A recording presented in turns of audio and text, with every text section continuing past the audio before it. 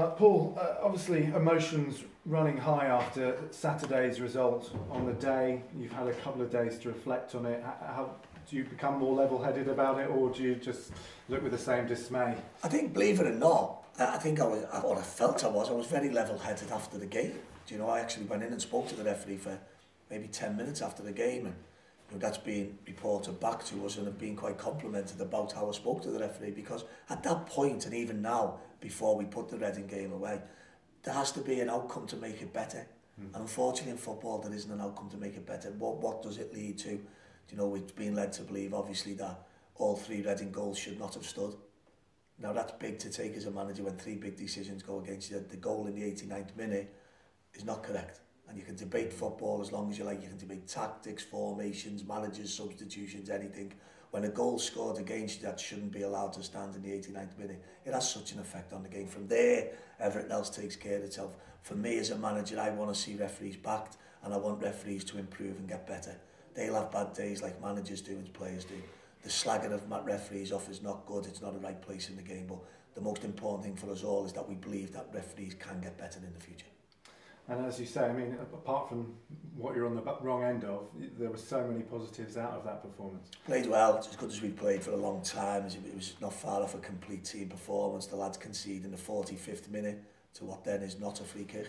We then concede in the 89th minute from a drop ball, and then 7 minutes into stoppage time, which when you watch it back, is such a clear foul on Jonas Olsen that it's hard that they don't give it. But that's football, and you know, we must move on to the Blackburn game, because as I say, come the end of the season, you know, we want to achieve what we set out to. Within that, we know we want to win football games, albeit Saturday's result would have been fantastic for us as a club, for the feel-good factor around the club, what results bring to a club. Unfortunately, we haven't got that injection of confidence, but we've got to find that from ourselves. Was there any coincidence in the fact that you had Powell, Massey and Jacobs all on the pitch at the same time? That you had that performance, you think? Listen, it is what it is. You know, I've got, like I say, all summer football is about players. You know, it's managers can put teams on the pitch, and you know, I've enjoyed working with all the players at Wigan Athletic, not just them lads, but you know, them lads have gone a long way to being involved in a lot of our better performances as a team. You know, the disappointing things, and I've got to tell Wigan fans, is that we have to manage certainly Massey and Jacobs at them, Massey and Powell.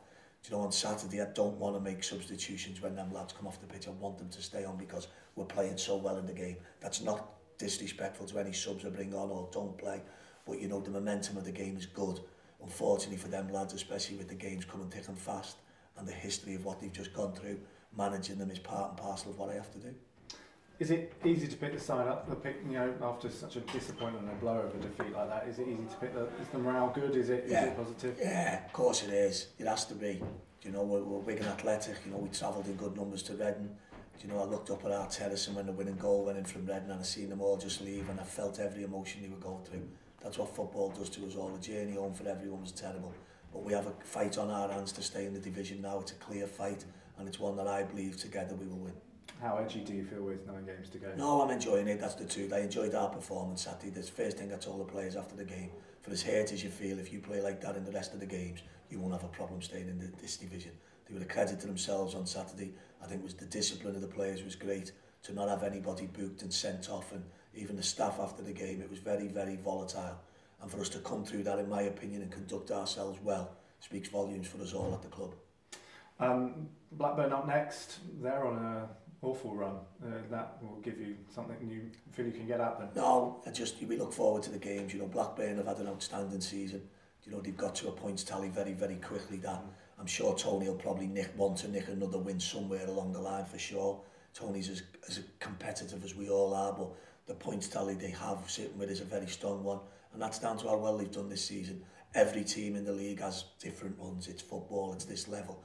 Blackburn's has obviously come at a time now, but the credits they've got within the points tally sees them in a great place. So we respect Blackburn a lot. We've had great competitive games with them since I've been at the club, and I'm sure tomorrow night will be no different.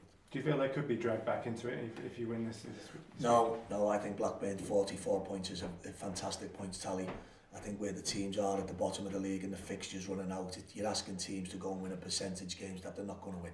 You know, whether anybody likes to be told that or not, you know, the amount of points tally out there that'll keep teams up, you know, won't be as high as what Blackburn will get to. So I feel Blackburn are probably one win away from enjoying the rest of the season. I'm sure Tony will want to get that quickly. And you'll know as ever, I mean, Blackburn are playing not too. I mean, the result against Preston, they played well for the majority of it. I think Preston had about 2 shots and came away with the game.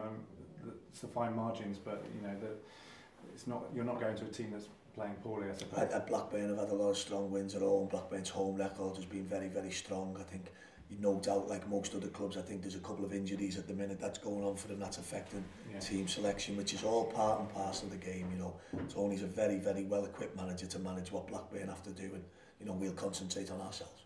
Bradley Dack is one of their star men, but potentially hasn't been quite as effective in the last few games. Do you think you can find a way to prevent him as being as effective as he can be? I think with players like Bradley Dack, for sure, that no matter how many dips they have, they're only a breath away from being what they are, which is an absolutely top-class player. So if Bradley's picked tomorrow by Tony, we'll have to look after him, like we'll have to manage all the Blackburn players in the game. But as I say, it's a game we're very much looking forward to. Well, how's the squad looking? Yeah, tired.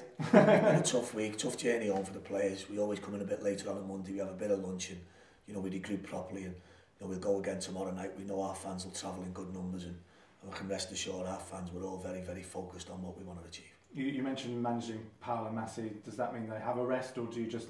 I think the managing them is part of it. I think our supporters will know decisions are made on what we believe is right and correct. I think what we want is, with 9 games, 10 games, 11, 15 games to go, you want your best players in general to be as fit for as many games as possible. We all know the importance of every game now, so they're just managerial decisions that myself and my staff will make with the club's best interest at heart, that's for sure.